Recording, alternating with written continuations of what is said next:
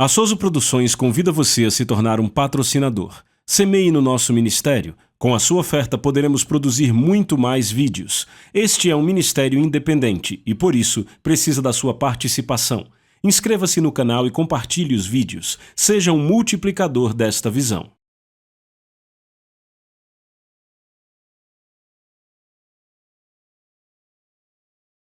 Os versículos usados nos vídeos que traduzimos nem sempre correspondem a versões em português. Muitas vezes precisamos traduzir do original em inglês para fazerem sentido no contexto do vídeo.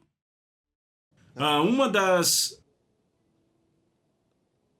coisas secretas que nos foi dada no reino de Deus, veja, no reino não é um segredo, mas no mundo é.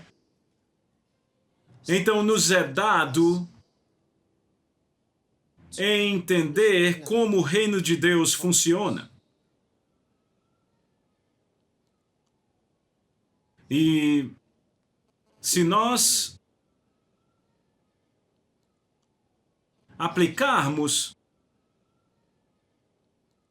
isso produzirá resultados tremendos. Você sabia que a Bíblia diz que a fé é uma lei, não é? A fé é uma lei. Certo, deixa eu mostrar isso a vocês, caso não saibam. Livro de Romanos, capítulo 3. Leiam para mim o verso 27. Romanos capítulo 3, verso 27. 1, 2, vão. Onde, pois, a jactância foi de todo excluída, porque lei das obras, não, pelo contrário, pela lei da fé. Pela lei da fé.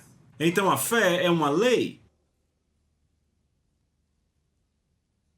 Sabe, às vezes as pessoas perguntam por que eu não consigo isto, ou por que não faz isso para mim sem fé. A Bíblia diz que sem fé é impossível agradar a Deus. Porque a fé é uma lei. É uma lei espiritual. É como dizer, por que eu não posso ir para o escritório hoje sem a lei da gravidade? Você precisa da lei da gravidade para te manter aqui. Vem? Então isso é no mundo natural. No mundo espiritual é a mesma coisa. Você precisa da lei da fé para funcionar no espírito. Então a fé é uma lei. Então há várias leis no mundo físico que nós entendemos e nós tiramos vantagens delas para o nosso benefício. Eu acabei de falar da lei da gravidade, ok? A eletricidade, que nos ajuda, é por causa dela que temos tudo isso. A lei da fé é a mesma coisa. Você tem que entender que sem fé você não pode agradar a Deus. Sem fé você não pode fazer progresso no reino do Espírito. Você não vai alcançar nada sem fé. Então, entender a lei da fé e como ela funciona é muito importante. É por isso que tantas pessoas têm tantos objetivos, tantas visões nas suas vidas que nunca se concretizam. As coisas simplesmente não funcionam, porque elas não entendem a lei da fé. Diga outra vez, a fé é uma lei. A fé é uma lei. Certo, eu quero mostrar a vocês algo sobre o princípio da fé que você vai pôr para funcionar hoje, certo? Romanos capítulo 4. Então, às vezes, nós temos um ponto que queremos estabelecer, ok? E podemos dizer que estas são as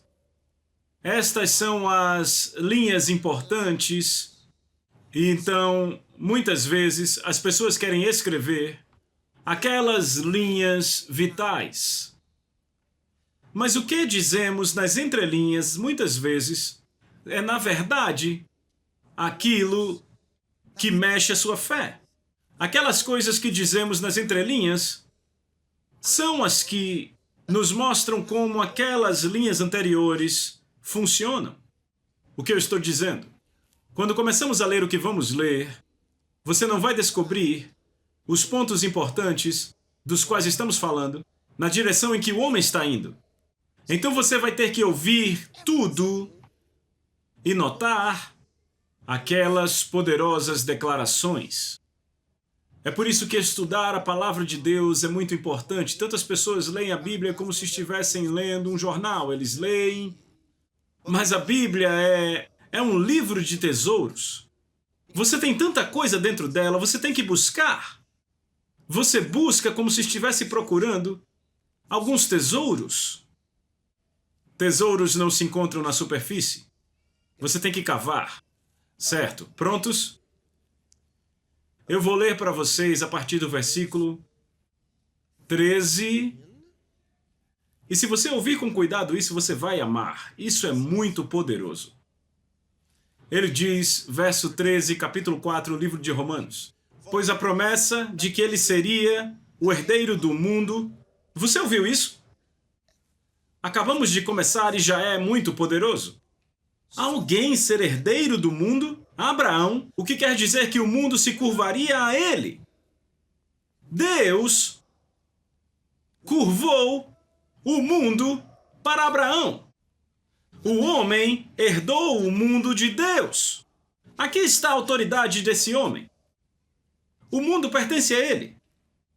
Você sabia que Deus, na verdade, subjugou este mundo para um homem? Meu Deus! Isso é muito bom. Deus fez Adão e Eva, lembram? E ele os pôs de volta no jardim. E ele deu a eles uma tarefa que era cuidar do jardim. Mas ele não deu o mundo todo a eles. Ele os pôs no jardim. Não deu o mundo a eles. E agora, ele dá o mundo inteiro a Abraão. Adão não teve isso. Foi Abraão que recebeu. Então, o que há de belo nisso? Ele deu a Abraão e a sua semente. Não só Abraão, mas Abraão e a sua descendência. E a Bíblia ensina que Cristo é a descendência de Abraão. Cristo é a descendência de Abraão. Então, ele deu o mundo a Abraão e a sua descendência, que é Cristo. E a Bíblia diz, se você pertence a Cristo, você é a descendência de Abraão e, dessa forma, herdeiros de acordo com a promessa. Maravilhoso. Maravilhoso. Isso quer dizer que o mundo pertence a mim. Vamos, diga isso. Você tem que ter essa mentalidade. Sem ela, você anda por esse mundo em pobreza, necessidade, falta, doença, em derrota, se perguntando por que o mundo está contra você. Mas se você tem essa mentalidade, você é diferente. Você apenas sabe. Aleluia! Então ele diz, pois a promessa de que ele seria herdeiro do mundo não foi para Abraão ou para a sua semente a partir da lei, mas através da justiça da fé. Pois se aqueles que são da fé forem herdeiros, a fé se faz vã e a promessa não tem nenhum efeito. Eu espero que vocês entendam isso. Mas vamos continuar lendo para chegarmos. Sigam. Verso 15. Porque a lei operou a ira, pois onde não há lei, não há transgressão. Dessa forma, vem da fé, para que seja pela graça, a fim de que seja firme a promessa para toda a descendência. Não apenas para aqueles que são da fé, mas também para aqueles que são da fé de Abraão, que é pai de nós todos. E todos dizem amém. 17. Como está escrito? Ouça as palavras dele aqui. Preste atenção. Como está escrito, eu fiz de ti um pai de muitas nações. Diante daquele no qual ele creu, o Deus, que o quê? Vivifica os mortos. Vivifica quer dizer, torna vivo os mortos e chama aquelas coisas que não são como se fossem. Isso é poderoso. Quem esperando contra a esperança creu, para vir a ser pai de muitas nações, segundo lhe fora dito, assim será a tua descendência. E não sendo fraco na fé, ele não considerou o seu próprio corpo agora morto, quando ele tinha cerca de 100 anos, nem o estado de morto do útero de Sara. Ele não duvidou por incredulidade da promessa de Deus, mas pela fé se fortaleceu, dando glória a Deus. E estando completamente persuadido de que o que ele tinha prometido, ele também era poderoso para realizar. Desta forma, isso foi imputado a ele por justiça. Meu Deus, inspirador.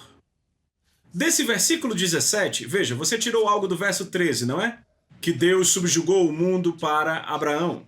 Então você vai para o versículo 17 e ele diz algo sobre Deus aqui. O Deus que vivifica os mortos. Então Deus pode tornar vivo os mortos. Em outras palavras, nunca é tarde demais para Deus. Ele pode trazer os mortos de volta à vida. Nunca é tarde demais para Deus. Nunca é muito tarde. Ele vivifica os mortos. Seja um útero morto, um corpo morto, um negócio morto, uma conta bancária morta. Não faz diferença. Ele vivifica os mortos. E chama, eu amo isso, e chama aquelas coisas que não são como se já fossem. Duas belas coisas aqui. Veja, levantar um morto significa fazer um milagre. O que quer dizer que Deus é um Deus de milagres, certo? Tem que haver um milagre para trazer os mortos à vida. Isso é um milagre. Então Deus é um Deus de milagres. Então ele diz, ele chama aquelas coisas que não são como se já fossem. Significa que ele chama aquelas coisas que não existem como se elas já existissem. Significa que Deus é um Deus de fé. Então é um Deus de milagres e um Deus de fé. A fé é chamar de real aquilo que você não pode ver. Então, ele diz, ele chama aquelas coisas que não são, que não existem, como se elas já fossem. Com este homem, Abraão, Deus disse algo quando mudou o seu nome. Ele primeiro era chamado Abrão, que significa exaltado ou presumido pai. E então ele mudou o nome dele para Abraão, que significa pai de muitos. E Deus disse a ele, de hoje em diante você será chamado Abraão, pai de muitos. Naquele tempo ele não tinha filhos. Então Deus disse, o seu nome será Abraão, porque eu fiz de você um pai de muitas nações. Ele não disse, eu vou fazer de você. Então ele não estava mudando o nome dele para que ele pudesse se tornar algo que Deus estava planejando fazer, mas ele mudou o nome dele para corresponder com o que Deus já tinha feito que ele fosse. Então ele se tornaria o que Deus já tinha decidido que ele deveria ser. Abraão, pai de muitas nações. Esse era o plano de Deus. Então Deus chama aquelas coisas que não são como se já fossem. Aleluia! Isso é fé, esse é o princípio da fé. Veja de novo. Então, veja de novo. Verso 17, eu fiz de você pai de muitas nações, perante aquele no qual creu o Deus, que vivifica os mortos e chama as coisas que não são como se já fossem. Então, deixa eu mostrar a vocês outro pensamento para vocês entenderem melhor. Vocês notaram que ele não disse, ele chama as coisas que são como se não fossem? Vamos lá. Ele não disse, ele chama as coisas que são como se não fossem. Não, ele chama coisas que não são como se já fossem. Certo, deixa eu usar uma condição de saúde como exemplo. Algumas pessoas têm um tumor em seu corpo. E ele está dizendo, esse tumor não existe. Não diga esse tumor não existe. Porque você está tentando chamar o que é como se não. Entendem? É o contrário. Isso não é fé. E é por isso que muitas vezes essas coisas permanecem. O que você quer? Você deve chamar a saúde para estar naquele lugar. Então você não tem um tumor e diz não está aí. O que você quer? É o que você quer que você chama a ser. Então você diz não está aí, mas ainda está aí? Não está aí. Ele chama coisas que não são como se já fossem. Por exemplo, alguém está esperando ter um filho, como Abraão. Você chama aquilo que ainda não existe, como se já existisse. Mas você não espera até depois de dar à luz ao filho para dizer, esse não é o filho que eu queria, eu mando de volta.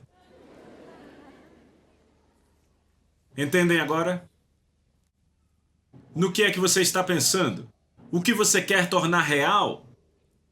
Traga à existência pela voz da fé. Diga, eu posso fazer isso? Pela fé.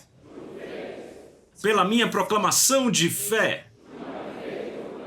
Eu posso fazer qualquer coisa. Deixe-me ler mais. Verso 18, ainda estamos falando de Abraão. Ele diz a respeito de Abraão, esperando contra a esperança, creu, para vir a ser pai de muitas nações, segundo lhe fora dito, assim será a tua descendência. Vem, ele tinha aceitado a promessa de Deus, quando Deus disse, assim será a tua descendência. Ele diz, contra a esperança, ele creu na esperança. Contra a esperança. Em outras palavras, a situação exterior era sem esperança. As circunstâncias eram sem esperança. Ele tinha cerca de 100 anos de idade, era velho. O útero de sua esposa estava morto. Ela era velha demais para ter filhos. Tinha acabado. Mas a Bíblia diz contra a esperança. Esta era a condição dele. A sua condição era contra a esperança. Aquele que contra a esperança creu na esperança de que ele viria a ser de acordo com aquilo que foi dito. Ele creu na esperança. Em outras palavras, ele se transportou em esperança para agarrar aquilo que foi prometido. Oh! Verso 19, você vai gostar. E não sendo fraco na fé,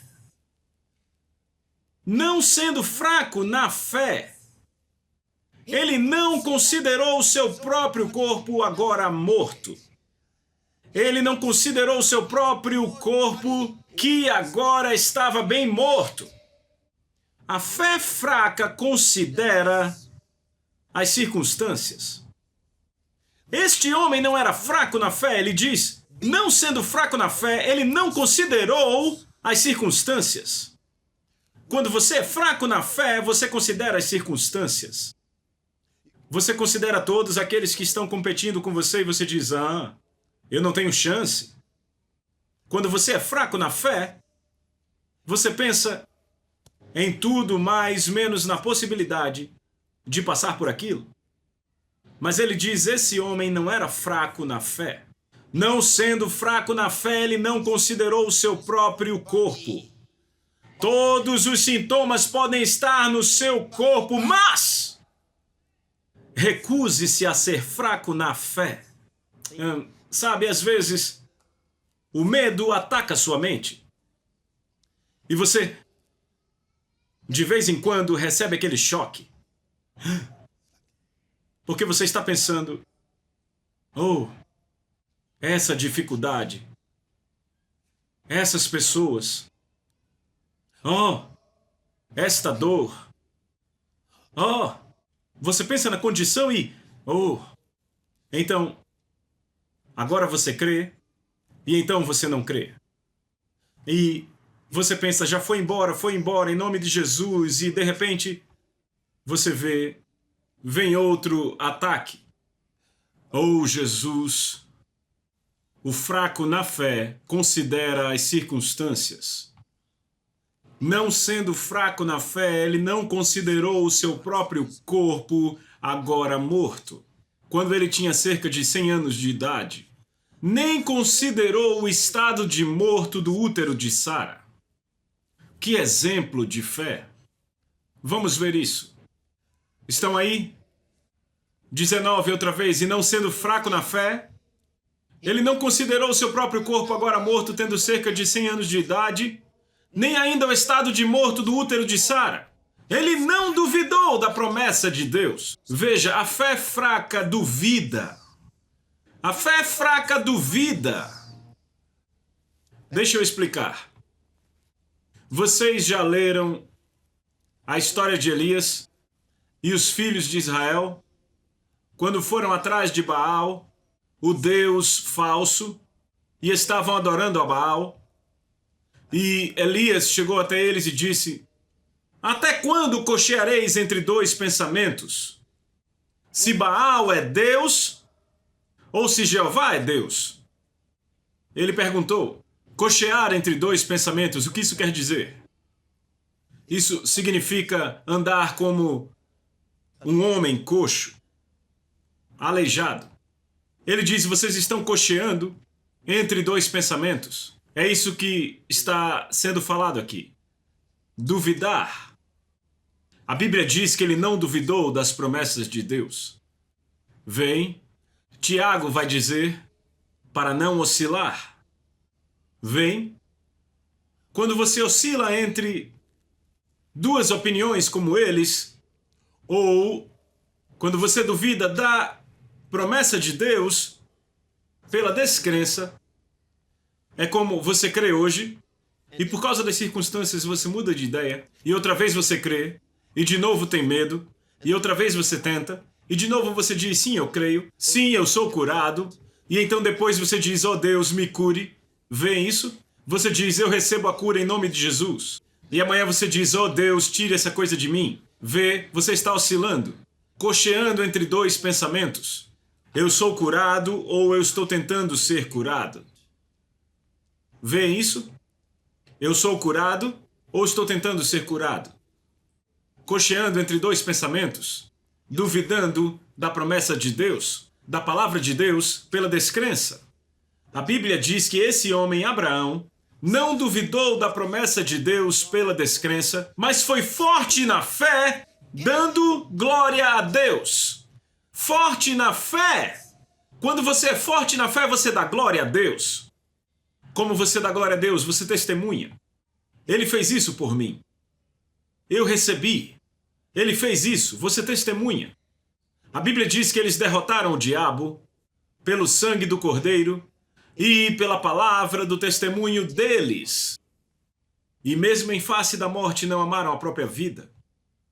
Isso quer dizer, você sai falando a palavra de Deus, independente do que você sente. Aleluia. Glória a Deus. Ele não duvidou, verso 20. Ele não duvidou por incredulidade da promessa de Deus, mas pela fé se fortaleceu, dando glória a Deus, estando completamente persuadido. Completamente persuadido. Você está acompanhando isso? Este homem estava completamente persuadido. Algumas pessoas não estão completamente persuadidas porque a palavra de Deus não as persuadiu. E vocês lembram que a Bíblia fala sobre os filhos de Israel quando não puderam entrar na terra prometida? Ele diz que eles não puderam ser persuadidos. Isso é falta de fé. Não poder ser persuadido é falta de fé. Quando a palavra de Deus não pôde persuadi-los, você está completamente persuadido de que aquilo que você pede ao Senhor é seu. Você está completamente persuadido e você diz: mas o que eu faço se eu não estou completamente persuadido e estou na situação em que estou e estou duvidando da palavra de Deus e eu estou cocheando entre dois pensamentos? O que eu faço? Eu digo o que você faz. O que você faz é ouvir a palavra de Deus como está ouvindo agora. Você ouve a mensagem da fé como está ouvindo agora. Porque você tem que alimentar a sua fé. Alimentar a sua fé na habilidade de Deus. E convencer-se de que você vai vencer. Eu já vou ler algo para vocês. Então, 21. E estando completamente persuadido. Talvez você esteja 50% persuadido e vai para cima e para baixo, para cima e para baixo. E diz: sim, eu sei que eu estou curado, mas eu vi outra coisa um dia desses. um carocinho assim, dessa forma aqui, desse lado. Outro dia eu não consegui levantar a minha mão. Ou ontem eu tive isso e aquilo. Sim, eu sei que estou curado. Mas, ok. Então talvez você esteja 70% persuadido, mas esse homem estava completamente persuadido. Você tem que estar completamente persuadido pela palavra de Deus de tal forma que é impossível para qualquer pessoa mudar a sua opinião. Você está tão completamente persuadido que nada nesse mundo pode abalar a sua fé. Você está completamente persuadido? Sabia que há alguns cristãos que não são completamente persuadidos sobre a ressurreição de Cristo? Isso é um problema. Alguns não estão completamente persuadidos que Jesus vai voltar, porque eles não ouviram a palavra de Deus como deveriam. Isso é um problema. Diga, eu estou completamente persuadido pela palavra. Certo, isso é para abrir o seu espírito, isso não vai te persuadir. Você tem que fazer algo mais. Você não está persuadido porque diz eu estou persuadido. Mas isso te ajuda. Sabe como te ajuda? Isso levanta a antena do seu espírito e te deixa focado no que você deve estar persuadido. Quando você diz eu estou completamente persuadido, seu espírito espera, vamos, com o que eu devo ficar persuadido? Vamos, vamos, vamos. E você tem que dizer sobre o que está persuadido. Aleluia. Ok, eu disse que ia ler algo para vocês. Vá para o livro de Hebreus, vamos ler algo aqui que vocês vão amar. Aleluia. Glória a Deus. Hebreus capítulo 11.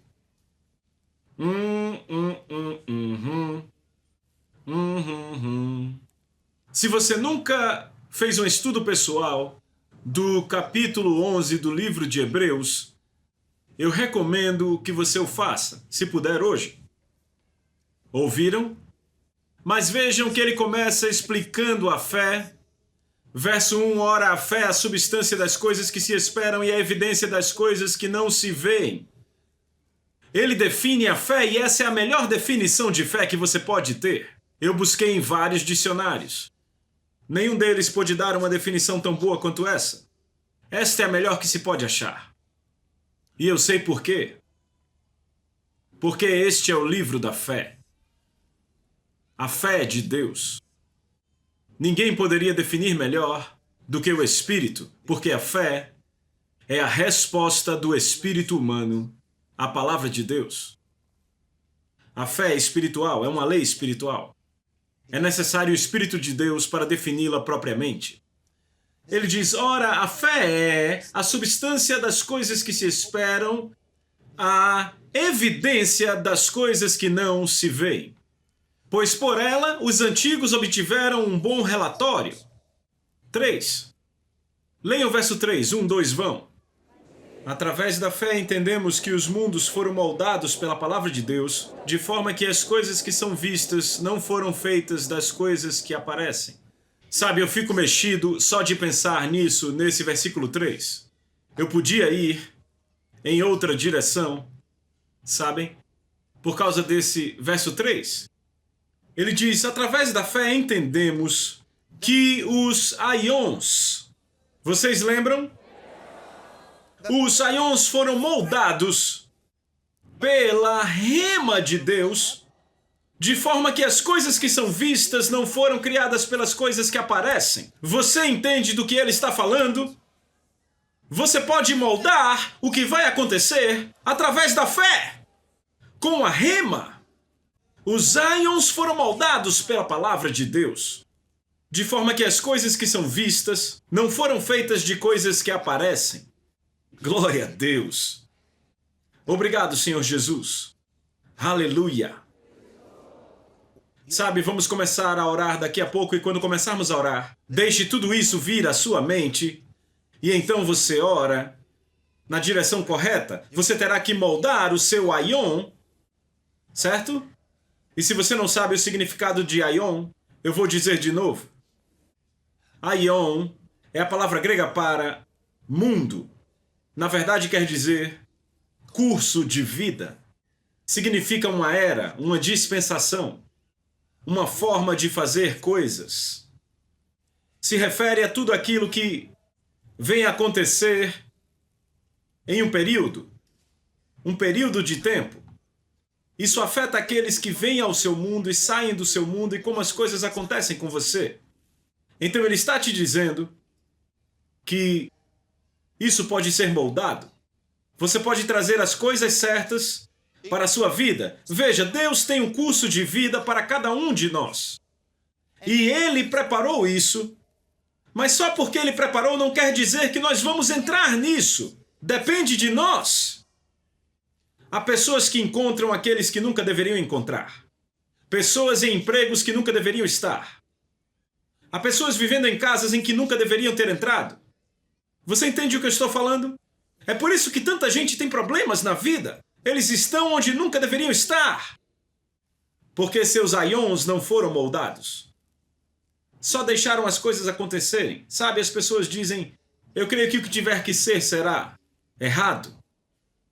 É como um fazendeiro indo para sua fazenda e ele diz, eu amo essa fazenda.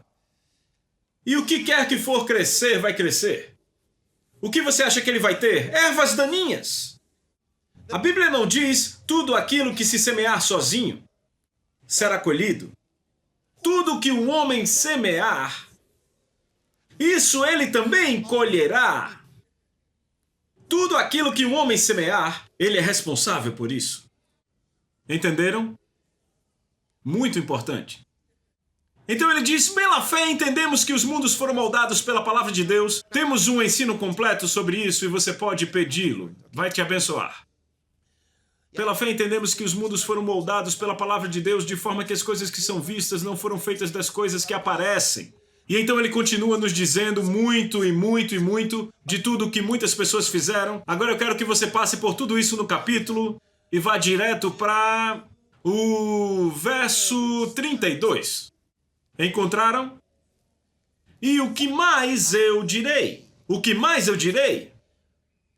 Pois faltará tempo para falar de Gideão, e de Baraque, e de Sansão, e de Jefté, e também de Davi, e Samuel, e dos profetas, que através da fé subjugaram reinos. Oh, Deus!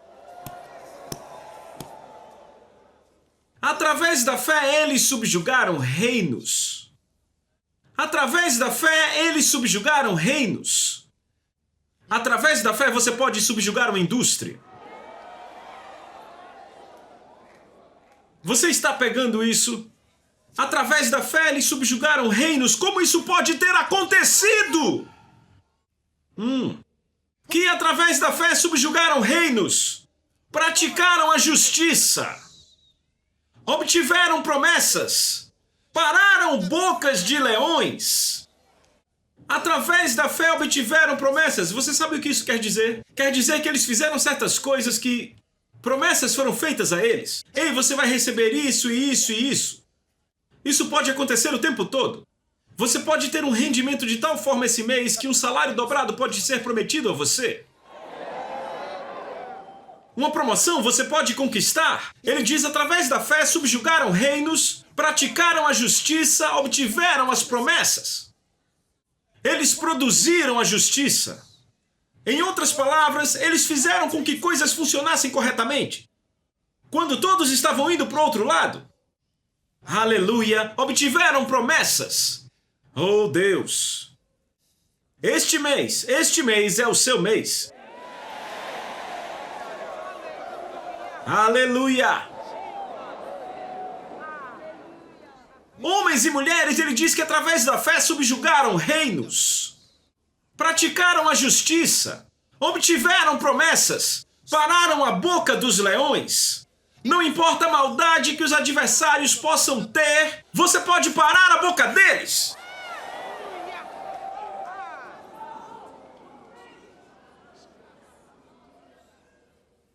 Extinguiram a violência do fogo, escaparam do fio da espada. Oh, aleluia! Quando eles precisaram fugir, não conseguiam pegá-los. Eles escaparam do fio da espada. Não podiam pegá-los. Da fraqueza foram feitos fortes. Pessoas que eram fracas, ele diz que a fé as fez fortes. Você pode olhar para si hoje. Você sabe que você tem estado, com muito medo de muitas coisas. Você acha que você é uma pessoa fraca. Mas a fé pode mudar isso. Ele diz, da fraqueza foram feitos fortes. Eram fracos, mas a fé os fez fortes. Aleluia! Cresceram valentes na luta. Puseram para correr exércitos de estrangeiros. Isso é maravilhoso. Ele está dizendo a você o que a fé fez na vida de outros, e a razão para isso é para que você saiba o que a fé pode fazer em sua vida. Quando a fé é movida em você, você pode fazer qualquer coisa. Diga, eu posso fazer qualquer coisa. Outra vez, eu posso fazer qualquer coisa. Tudo o que eu preciso fazer é mover a fé em meu coração. Posso fazer qualquer coisa. Sim, isso mesmo. Verso 35. Mulheres receberam seus mortos ressuscitados. Isso é poderoso. Mulheres receberam seus mortos ressuscitados. Quando uma mulher não desiste, a morte não pode levar seu filho, seu marido, nada. Ele diz, mulheres receberam seus mortos ressuscitados. Quando a fé foi movida, sabe, as mulheres dizem às vezes, já tive aborto espontâneo umas 10, 12 vezes, eu sempre tenho abortos espontâneos. Você sabe do que você está falando? Você ainda não acordou para a fé, ainda está na esfera da oração. Ainda está, oh Deus, por favor, me ajude. Ei, você não viu isso? Você não viu isso? Disseram que não está se movendo, está morto. Não dessa vez. Não dessa vez. Volte à vida. Se fosse impossível, ele não poria aqui para nós. Ele está nos dizendo o que também podemos fazer. Mulheres receberam seus mortos ressuscitados e outros foram torturados, não aceitando a libertação, para que pudessem obter uma ressurreição melhor. Certos, sabe, algumas pessoas, você lê sobre elas na Bíblia, foram tocadas. Por exemplo, Pedro, o apóstolo, depois de uma grande vida de fé, ele foi morto. E a Bíblia diz que ele não aceitou a libertação. Ele queria uma ressurreição melhor. Vocês lembram que ele aceitou a libertação várias vezes? Quando ele foi preso e, em uma ocasião, queriam matá-lo na Páscoa. E no dia seguinte, um anjo do Senhor foi até lá e o tirou. Então, em muitas ocasiões, ele testemunhou essas libertações pelo poder de Deus. Mas no final da sua vida, ele decidiu que tinha acabado e que não era necessário para ele continuar. E a história da igreja nos diz que quando ele foi ser crucificado, como seu mestre, ele disse não. Não. Faça de outra forma. Eu prefiro que me virem de cabeça para baixo. Glória a Deus. Paulo, a mesma coisa. Ele teve muitas libertações, mas finalmente ele disse, eu terminei o meu curso. Ele disse, eu combati o bom combate e estou pronto para ir. Então ele diz que outros foram torturados, não aceitando libertação para que pudessem obter uma ressurreição melhor. E outros passaram pela prova de escárnios e açoites, sim, até de algemas e prisões. Ouçam, isso é muito poderoso. Verso 37. Foram apedrejados, cerrados ao meio, tentados, mortos à espada, vestidos de peles de ovelhas e de cabras, necessitados, afligidos, maltratados, homens dos quais o mundo não era digno. Eu posso pregar um mês inteiro sobre isso. Deus diz que o mundo não era digno deles. Mas o mundo achou que eles não eram dignos do mundo. E os mataram. Dos quais o mundo não era digno. Isso está em parênteses, notaram? Errantes pelos desertos, pelos montes, pelas covas e pelos antros da terra. E todos esses, tendo obtido um bom relatório através da fé, receberam não a promessa, tendo Deus provido coisas melhores para nós, para que eles sem nós não fossem aperfeiçoados. Você não entende? Então Deus estava esperando pelas nossas próprias histórias. Então nossas obras de fé, nossas histórias de fé serão somadas a essas para formar o livro de Atos de Deus. Então o que eu vou fazer? As circunstâncias que você vai querer mudar, você pode mudá-las pela fé. Certo? Sim. Então agora, prontos? Diga, eu vou efetuar uma mudança. E lembrem disso. Ele diz, recebereis poder, Atos capítulo 1, verso 8, recebereis poder depois que o Espírito Santo vier sobre vocês e sereis minhas testemunhas em Jerusalém, Judeia e o que? Samaria e até os confins da terra. Então, ele disse que recebereis poder, ok? Poder. O que é poder? Poder é a habilidade para efetuar uma mudança. É a habilidade dinâmica para causar mudanças. E foi isso que ele disse que receberíamos quando recebêssemos o Espírito Santo.